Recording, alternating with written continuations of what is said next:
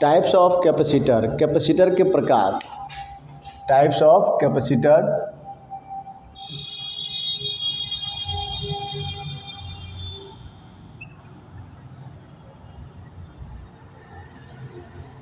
Fix type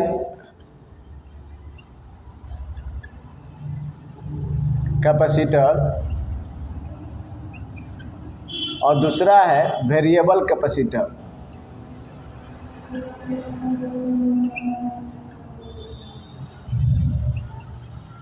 variable VARIABLE, variable capacitor. दो प्रकार के कैपेसिटर, ये तो ऐसे हो गए फिक्स टाइप और वेरिएबल कैपेसिटर। अब फिक्स टाइप कैपेसिटर में क्या होता है, दो प्रकार के इसको बांट दिया गया है। एक हो गया नॉन पोलर कैपेसिटर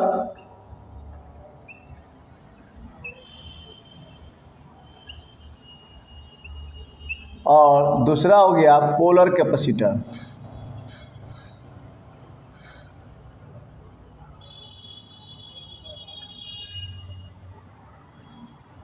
ठीक है, तो नॉन पोलर कैपेसिटर और पोलर कैपेसिटर, ये दोनों में क्या डिफरेंस है? या फिक्स टाइप कैपेसिटर का मतलब हो गया जिसकी वैल्यू जो है क्या होगा, न बढ़ाया जा सकता है न घटाया जा सकता है, जिसकी वैल्यू एक साथ बन गया है वही उस पर फिक्स रहता है।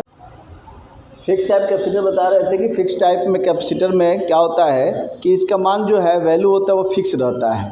ठीक है, इसको बढ़ाया नहीं जा सकता है, जो बन गया है उतना ही रहता है। और वेरिएबल कैपेसिटर में क्या होता है कि इसके वैल्यू को हम बढ़ा भी सकते हैं और घटा भी सकते हैं। ठीक है, इसलिए इसको वेरिएबल कैपेसिटर कहा जाता है। यह वेरिएबल कैपेसिटर अधिकांश जो है इलेक्ट्रॉनिक विभाग में, इलेक्ट्रॉनिक सेक्शन में ज़्यादा इस्तेमाल किया जाता है, वो बताएंगे बाद में। पहले हम फिक्स टाइप कैपेसिटर के बारे में बता रहे हैं कि फिक्स टाइप कैपेसिटर में दो भाग हो गए, एक नॉन पोलर टाइप कैपेसिटर और एक होता है polar capacitor. Non polar capacitor में इसमें किसी प्रकार का कोई ध्रुव नहीं होता है, हम इधर से इन कराकर और इधर से आउट करा सकते हैं। जैसे हम यहाँ पे इन कराएं और यहाँ से आउट करा सकते हैं। ठीक है, और ये जो है ये भी कैपेसिटर है, इसको भी हम क्या कर सकते हैं, सीरीज में लगा सकते हैं। ये कैपेसिटर है, इसमें 4 तार निकला है, तो 4 तार निकला है, इसका मतलब कि एक ही कैपेसिटर में 2 कैपेसिटर है। एक ही कैपेसिटर में क्या है, 2 कैपेसिटर है। इस तरह से इसकी डिज़ाइन की गई है। ये सब फिक्स टाइप कैपेसिटर होते हैं। और फिक्स टाइप में नॉन पोलर कैपेसिटर, इसका कनेक्शन सीरीज में किया जाता है। किस में किया जाता है, सीरीज में किया जाता है। और जो पोलर कैपेसिटर होते हैं, और पोलर कैपेसिटर का प्रयोग जो है, देखिए ये बहुत छोटे छोटे हैं, ये इलेक्ट्रॉनिक विभाग में ज़्यादा इस्तेमाल किया जाता है। ये वाला कैपेसिटर, ये जो है इसमें कम आकार में ज़्यादा वोल्टेज जो है ग्रहण करने की क्षमता होती है इसमें, यानी कि इसकी वैल्यू ज़्यादा हो जाती है। ठीक है, क्यों? क्योंकि ये जो है इलेक्ट्रॉनिक में पोलर टाइप कैपेसिटर है। क्या है, पोलर टाइप। इस पर पॉजिटिव और निगेटिव लिखा हुआ रहता है, यानी कि ये डीसी करंट पर कार्य करते हैं। डीसी जहाँ करंट फ्लो करेगा वहाँ पर हम इसका इस्तेमाल करते हैं। और ये सब कैपेसिटर का प्रयोग जो है, नॉन पोलर कैपेसिटर का प्रयोग हम एसी सप्लाई में, जहाँ पर एसी करंट प्रवाहित हो रहा है उसमें इसको इस्तेमाल किया जाता है कैपेसिटेंस पावर को बढ़ाने के लिए। ठीक है, तो ये समझ में आ गया। ये नॉन पोलर कैपेसिटर है और ये पोलर कैपेसिटर है। पोलर कैपेसिटर का कनेक्शन पैरेलल में किया जाता है और पोलर कैपेसिटर अधिकांशतः डायरेक्ट करंट पर कार्य करने वाले कंपोनेंटों में इस्तेमाल किए जाते हैं। और नॉन को पोलर कैपेसिटर का इस्तेमाल जो है अल्टरनेटिव करंट यानी एसी से ऑपरेट होने वाले उपकरणों को, उसमें जो है इसको पावर फैक्टर को सुधारने के लिए इस्तेमाल में लाए जाते हैं। ठीक है, इसका प्रयोग अधिकांशतः जो है सिंगल फेस के जो मोटर्स होते हैं उसमें इस्तेमाल किया जाता है पावर फैक्टर को सुधारने के लिए और स्टार्टिंग टार्क देने के लिए। ठीक है, इसका प्रयोग जो है हम मोटर में या और भी जहाँ पावर फैक्टर सुधारना होता है वहाँ पर हम कर सकते हैं। यानी ये सप्लाई में होने वाले फ्लक्चुएशन को, जैसे सीलिंग फैन हो गया, टेबल फैन हो गया, उसमें क्या होता है, सप्लाई में होने वाले फ्लक्चुएशन को कंट्रोल करने का काम करता है। क्या करता है, सप्लाई में होने वाले फ्लक्चुएशन को कंट्रोल करने का काम करता है। जैसे कि अभी हम मोटर में बता रहे हैं नॉन पोलर कैपेसिटर का प्रयोग किस प्रकार से करते हैं।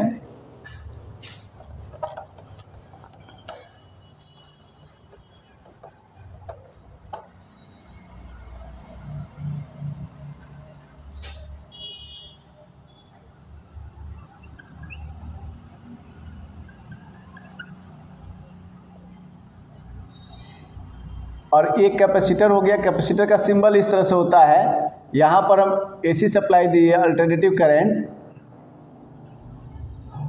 करंट दिए, और यहाँ से सप्लाई इसमें गया तो यहाँ से इसमें गया, और यहाँ से पावर फैक्टर चला गया इसमें। ये स्टार्टिंग का होता है, रनिंग का होता है, ये कॉमन हो जाता है, दोनों को मिला दिए तो कॉमन हो गया। तो यहाँ पर जो है ये सप्लाई में जो फ्लैक्चुएशन होता है, फ्लैक्चुएशन मैंने उतार चढ़ाव, उस उतार चढ़ाव को ये कंट्रोल करता है। जैसे आप एग्जाम्पल के रूप में समझिए कि पहले जो है आप लोग देखे ही होंगे, पंपिंग सेट जानते हैं ना? हाँ, पानी देने वाला जो खेतों में सिंचाई के लिए इस्तेमाल किया जाता है। तो पहले क्या होता था, पंपिंग सेट जहाँ चलता था उसके आगे एक जो है ऐसे गड्ढा बना दिया जाता था। वो गड्ढा इसलिए बनाया जाता था, उसको हौदा बोलते हैं, टैंक। तो और उससे जो है क्या होता था कि ऊपर से यहाँ से नाली बनाकर खेतों में पानी सिंचाई के लिए ले जाया जाता था पानी को, ठीक है। और यहाँ पर जो है मशीन चलता था और ये पंप लगा हुआ रहता, पंप से पानी ये फेंकता था ऐसे। तो पानी फेंकता था इस टैंक में, और टैंक से होकर तब नाली से होकर जाता था, ठीक है। तो ये क्यों ऐसा बनाया गया है, सीधे सीधे नाली में पानी डाल दिया जाता? तो नाली में पानी इसलिए नहीं डाला जाता था क्योंकि इंजन जो है मशीन, उसकी स्पीड एक रेंज में चलता है, कभी अधिक कभी कम, कभी अधिक कभी कम, एक थोड़ा सा रेंज में। तो जब ज़्यादा होता है तो ज़्यादा पानी फेंकता है, कम होता है तो कम पानी फेंकता है। तो उस कंडीशन में जब ज़्यादा होता है तो इसके अंदर आ जाता है, और ये टैंक क्या करता है, उसको पानी को अपने अंदर ग्रहण कर लेता है। और जैसे स्पीड कम होता है तो जो ग्रहण किया रहता है उसको क्या करता है, डिस्चार्ज कर देता है यहाँ पर। तो इसमें तो अप डाउन हो रहा है, लेकिन यहाँ जो प्रवाह हो रहा है, करंट बह रहा है पानी का, वो एक समान बहता है, ठीक है। तो यहाँ पर टैंक जो लगाया गया है वो एक समान प्रवाह करने के लिए लगाया गया है, जो पानी के जो है प्रवाह को एक कंटिन्यू रेंज में देता है। उसी तरह से यहाँ पर भी यही काम जो है टैंक का काम यहाँ पर किया कर रहा है। ये कैपेसिटर जो सप्लाई में फ्लैक्चुएशन है, उस फ्लैक्चुएशन को कंट्रोल करके एक कांस्टेंट वोल्टेज इसको प्रदान करता है, ठीक है, जिससे इसको टार्क मिलता है। टार्क का मतलब है कि बल आघूर्ण। टार्क का मतलब क्या होता है, बल आघूर्ण। इसको टार्क क्यों दिया जाता है, मोटर को टार्क देना पड़ता है, तब जाकर वह क्या होता है, गति करता है, ठीक है। बिना टार्क दिए मोटर चलेगा नहीं। टार्क क्यों दिया जाता है, टार्क इसलिए दिया जाता है क्योंकि इसके अंदर जो है रोटर होता है, वो रोटर को गतिमान करने के लिए एक्स्ट्रा बल की ज़रूरत पड़ता है। एक्स्ट्रा बल की ज़रूरत पड़ता है, और एक्स्ट्रा बल नहीं दिया जाएगा, टार्क नहीं दिया जाएगा तो ये चलेगा नहीं, ठीक है। अब एक्स्ट्रा बल आप क्या करें, अपने हाथ से दें या कैपेसिटर के माध्यम से दे। तो कब तक उसको घुमाते रहेंगे हाथ से। जैसे सीलिंग फैन है, तो सीलिंग फैन में ये सीलिंग फैन हो गया, सीलिंग फैन में ये ब्लेड लगा हुआ है,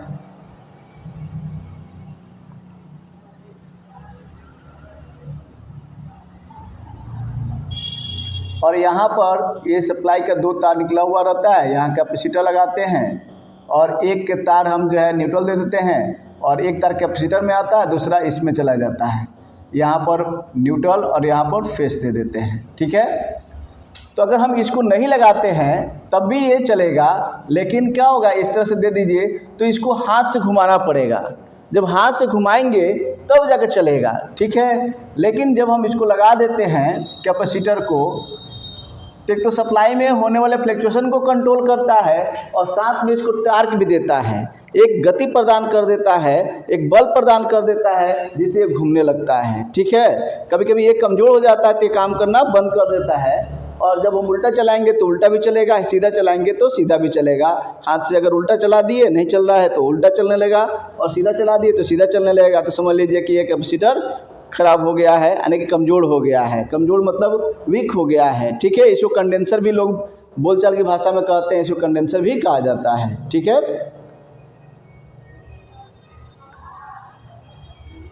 ये कैपेसिटर जो है स्टार्टिंग टार्क देता है, और स्टार्टिंग टार्क का मतलब होता है बल आघूर्ण।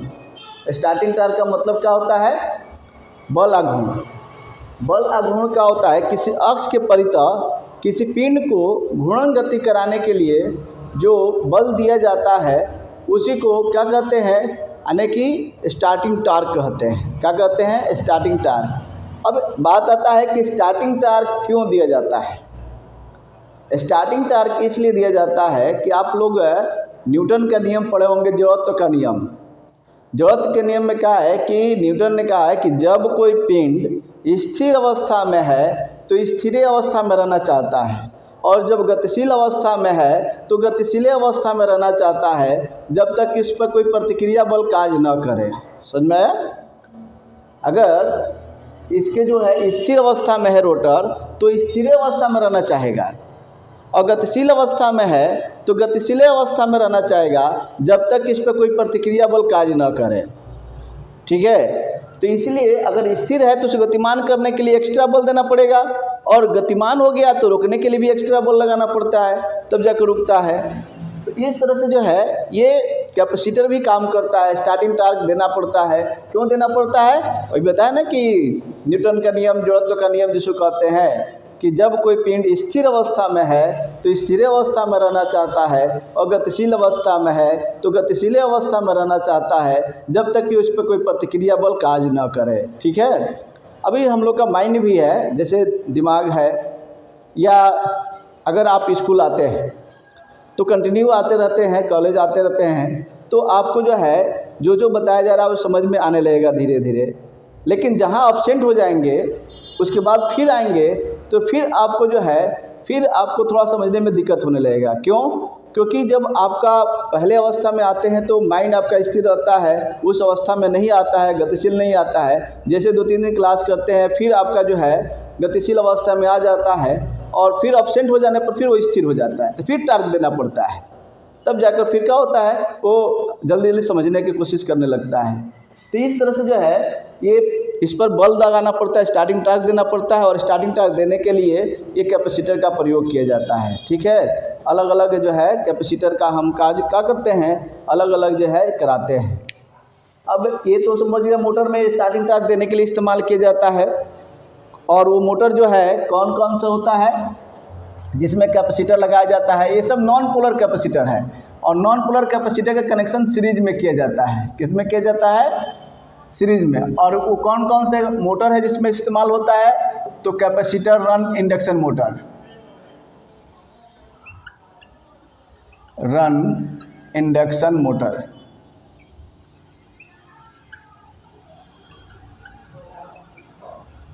दूसरा कैपेसिटर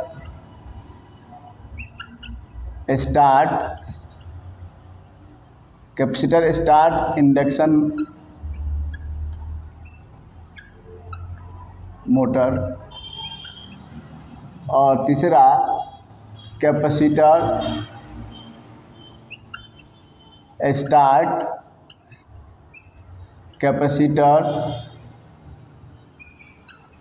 रन इंडक्शन मोटर।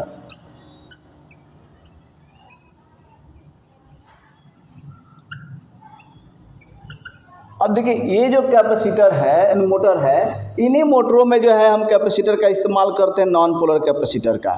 ठीक है? और नॉन पोलर कैपेसिटर में वो दोनों जो पदार्थ, दोनों प्लेटों के बीच में जो पदार्थ भरा गया है उसके आधार पर कैपेसिटर जो है क्या होते हैं, अलग अलग होते हैं। अगर दोनों प्लेटों के बीच में अगर पेपर भर दिया गया है डाई इलेक्ट्रिक इंसुलेटिंग मटेरियल के रूप में तो उसको पेपर कैपेसिटर कहते हैं, और जिसमें माइका भरा गया है उसको माइका कैपेसिटर कहते हैं, और जिसमें श्रमिक भरा गया है उसको श्रमिक कैपेसिटर कहते हैं। ठीक है? ये सब नॉन पोलर कैपेसिटर के बारे में बता रहे हैं।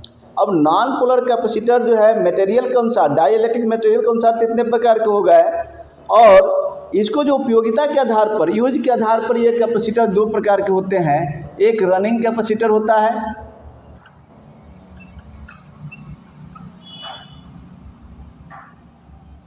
और दूसरा स्टार्टिंग कैपेसिटर।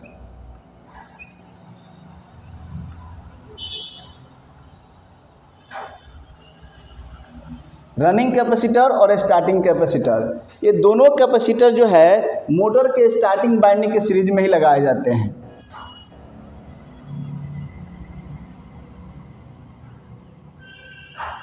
एक कॉमन हो गया, ये रनिंग हो गया, ये स्टार्टिंग हो गया। तो यहाँ पर हमने सप्लाई दे दिया और यहाँ से अल्टरनेटिव करंट दिया, यहाँ पर ये कैपेसिटर लगा दिए और यहाँ से एक कैपेसिटर ये लगा दिए। ये रनिंग हो गया आरसी और ये हो गया स्टार्टिंग।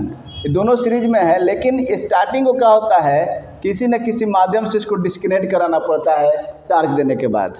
ठीक है, या आप हाथ से डिस्कनेक्ट कराइए, या रिले के द्वारा डिस्कनेक्ट कराइए, या सेंट्रीफ्यूगल स्विच के द्वारा या सेंट्रीफ्यूगल क्लच के द्वारा डिस्कनेक्ट कराइए। तो इसको डिस्कनेक्ट कराना पड़ेगा। दोनों कैपेसिटर सीरीज में है। ये क्या होता है कि सप्लाई में होने वाले फ्लक्चुएशन को कंट्रोल करता है और साथ में जो है स्टार्टिंग टार्क भी देता है। और ये जो है और स्टार्टिंग टार्क देने के लिए इसका प्रयोग किया जाता है। जैसे मान लीजिए अभी हम लोग हैं, थोड़ा सा यंग है, तो हमारे पास सेल्फ स्टार्टिंग टार्क है, बैठ गए तो उठ जाएंगे, उठ जाए तो बैठ जाएंगे। लेकिन थोड़ा सा कमज़ोर हो जाते हैं तो उनके पास क्या होता है कि वो टार्क नहीं रहता है, तो बैठते हैं और उठते हैं तो एक डंडे का सहारा ले लेते हैं या लाठी का सहारा ले लेते हैं। ठीक है, और ज़्यादा कमज़ोर हो जाते हैं तो उनको एक आदमी बैठ कर पकड़ कर उठाता है और एक पकड़ कर बैठाता है। इस तरह से काम करता है, लेकिन सेल्फ स्टार्टिंग टार्क नहीं रह पाता है। तो यहाँ पर मोटर में जब क्या होता है कि थोड़ा सा सही रहता है तो केवल रनिंग कैपेसिटर पर ही काम कर लेता है, लेकिन जब कमज़ोर हो जाता है तो स्टार्टिंग कैपेसिटर उसके साथ में जोड़ना पड़ता है। ठीक है, तो इस तरह से जो है हम क्या करते हैं कि इसमें कैपेसिटर लगाकर इसको टार्क देते हैं और ये कार्य करता रहता है। ठीक है, ये स्टार्टिंग कैपेसिटर केवल स्टार्टिंग टार्क देने के बाद सर्किट से डिस्कनेक्ट हो जाता है, और रनिंग कैपेसिटर क्या होता है कि परमानेंट लगा रहता है, इसलिए इसको रनिंग कैपेसिटर कहते हैं। इसको स्टार्टिंग क्यों कहते हैं कि टार्क दिया और जैसे ही 75% गति प्राप्त किया तो किसी न किसी माध्यम से उसको डिस्कनेक्ट करा लिया जाता है। और दोनों स्टार्टिंग वाइंडिंग के सीरीज में ही लगा होता है। दोनों क्या होता है, स्टार्टिंग वाइंडिंग के सीरीज में ही लगा होता है। ये टार्क का काम जो है हम लोग के शरीर के अंदर भी टार्क देना पड़ता है, बिना टार्क दिए काम नहीं होगा। जैसे बैठते हैं तो पकड़ कर बैठना पड़ता है, और जैसे स्टूल के पास जाते हैं तो छोड़ देते हैं कि भाई लो अब संभाल लो। लेकिन जब क्या होता है, जब कोई पीछे से स्टूल खींच लेता है तो क्या होता है, नीचे पृथ्वी पर गिर जाते हैं। और खड़ा होना होता है तो उसी तरह से बल लगा के दबाना पड़ता है। जब दबाते हैं वो नीचे की तरफ, तब हम ऊपर की तरफ उठते हैं। तो टार्क तो ज़रूरी हर जगह है। ठीक है, तो समझ में आ गया। तो ये जो है हमने बताया नॉन पोलर कैपेसिटर का। और पोलर कैपेसिटर के बारे में बताएंगे जिसमें जो डीसी सप्लाई पर कार्य करता है, ये एसी सप्लाई पर कार्य करने वाला कैपेसिटर है। ठीक है, जो हमने अब आपको बता दिया कौन कौन से। अब देखिए इसमें कैपेसिटर में ये कैपेसिटर जो है ये रनिंग कैपेसिटर है। इसकी पहचान ये है कि इसका लीड ऊपर की तरफ निकला रहेगा, और यहाँ पर जो है एमएफडी इसका मान जो रहेगा वो फिक्स रहेगा। एमएफडी जो मान रहेगा इसका फिक्स रहेगा, इसमें जो है कोई रेंज नहीं रहेगा। ठीक है, और इस पर ±5% लिखा रहता है। यानी ये ±5% यहाँ लिखा रहता है कि अगर 5% वोल्टेज बढ़ेगा भी और 5% घटेगा भी, तभी ये क्या कर लेगा, कंट्रोल कर लेगा। ठीक है, और यहाँ पर जो है ये 4 माइक्रोफैरेड लिखा हुआ ना, देखिए यहाँ पर 4 माइक्रोफैरेड का है, यानी 4, ये फिक्स है, इसमें कोई रेंज नहीं होता है, इसलिए ये हमेशा परमानेंट लगाया जाएगा। ये कूलर में ज़्यादा इस्तेमाल किया जाता है 4 MFD का। और ये जो है स्टार्टिंग कैपेसिटर है। क्या है, स्टार्टिंग कैपेसिटर। इसका साइड से लीड निकला रहेगा, और इसमें देखिए रेंज में इसकी वैल्यू होती है। देखिए 100 से 120, देख रहे हैं ना, 100 से 120, ये जो है MFD लिखा हुआ है, ये रेंज में होता है, हमेशा रेंज में रहेगा। वो स्टार्टिंग कैपेसिटर रहेगा जो स्टार्टिंग टार्क देने के बाद डिस्कनेक्ट हो जाएगा। ठीक है, तो स्टार्टिंग कैपेसिटर, और इसको मल्टीमीटर से चेक करेंगे तो इसमें रेजिस्टेंस थोड़ा कम बताएगा, इसमें रेजिस्टेंस ज़्यादा बताएगा। इसको चेक करने के लिए हम क्या करते हैं कि पैरेलल में लगाते हैं, और लगाने के बाद इसको ऐसे सटाते हैं और सटाकर डिस्चार्ज करते हैं। तो चट से आवाज़ करता है, लाइट के साथ आवाज़ करता है, साउंड करता है, तो हम समझ जाते हैं कैपेसिटर सही है। अगर नहीं करता है तो कमज़ोर समझते हैं। इसी तरह से एक लड़का था, उसको हमने कहा था कि इसको जो है चार्ज करने के बाद छूना नहीं, तो वो तो कहा कि ठीक है। जब हम नहीं थे तो फिर चार्ज किया और चार्ज करके पकड़ा तो उसको झटका लगा। हम सब देख रहे थे, लेकिन आते आते तो उसे पकड़ लिया था। फिर झटका लगा। तो ये है कि एक बार डिस्चार्ज हो जाने के बाद, यानी चार्ज होने के बाद थोड़ा फ्यू सेकंड के लिए चार्ज रहता है, उसके बाद डिस्चार्ज होता है। झटका लगा, छोड़ दिया। उसके बाद हमने चार्ज करके फिर पकड़ाया कि लो पकड़ो, तो कह रहा है नहीं चाहिए। क्यों पकड़ो ना, तो कह रहा है नहीं, क्यों, तो करंट मारेगा। तो हम तो यही पहले बता के गए थे कि तुमको जो है इसको छूना नहीं है, चार्ज करके डिस्चार्ज करना पड़ता है, दोनों सटा कर हटाना पड़ता है, तब तुम इसको पकड़ोगे तो आपको जो है सप्लाई नहीं लेगा। लेकिन तुम तो ऐसे किए हो कि सटा कर और फिर पकड़ लियो, बात नहीं माने। तो इसको कहते हैं नेचुरल एजुकेशन। नेचुरल एजुकेशन का मतलब है कि अगर किसी व्यक्ति को समझाइए कि ये काम मत करो, और उसके बाद अगर आपसे थोड़ा सा डरता है या आपका लिहाज करता है, तो उस समय वो नाकाम नहीं करेगा। लेकिन उसके माइंड में खटकता रहेगा, क्या बात है, क्यों हमको मना किया गया है। जाकर हम उसको पकड़े तो आप जब तक रहेंगे तब तक वो माने शांत रहेगा, कुछ नहीं करेगा। जैसे आप हटेंगे तो सोचेगा क्यों मना किया गया है, काहे मना किया, जाकर देखे क्या है। तो जाकर देखेगा और करंट है, मान लीजिए करंट है, उसमें तार में सप्लाई उसमें नहीं है, तो पकड़ेगा तो उसको कुछ नहीं असर होगा। तो क्या कि भाई झूठों मोटों को बोलना मना किया गया था कि इसको मत पकड़ना, इसको मत छूना, कुछ तो हो नहीं रहा है। लेकिन जब वो क्या होगा, वो कभी भी किसी से बताएगा, क्या बताएगा, भाई कुछ नहीं, हम तो ऐसे पकड़ लिए थे, कुछ नहीं, सर जी बोले थे कि इसे पकड़ना नहीं, और पकड़ लिए तो कुछ नहीं हुआ हमको। लेकिन जब किसी व्यक्ति को गया, उसको सप्लाई रहा उस समय, और जैसे ही टच किया उसको इलेक्ट्रिक शॉक लगा, और उसके बाद से जो है उससे आप कहिए कि जाओ पकड़ो, तो पकड़ेगा नहीं, पकड़ेगा। क्यों नहीं पकड़ेगा, क्योंकि उसको पता चल गया कि इसमें इलेक्ट्रिक सप्लाई है, छूने पर हमको झटका लगेगा, और झटका लगा भी उसको, उसके बाद कितनों कहेंगे तो वो नहीं छुएगा। क्यों, क्योंकि वो समझ चुका है। इसको कहते हैं नेचुरल एजुकेशन। आप कितनों किसी को समझाइए, वो क्या करेगा, नहीं मानेगा। लेकिन जैसे ही अगर उसको उसका प्रभाव पता चल जाता है, तब उसके बाद उसको आप कहिए कि करो, एक तरह से ही करेगा। लेकिन जब तक उसका प्रभाव नहीं पता चलता है, तब तो ये काम करता रहेगा।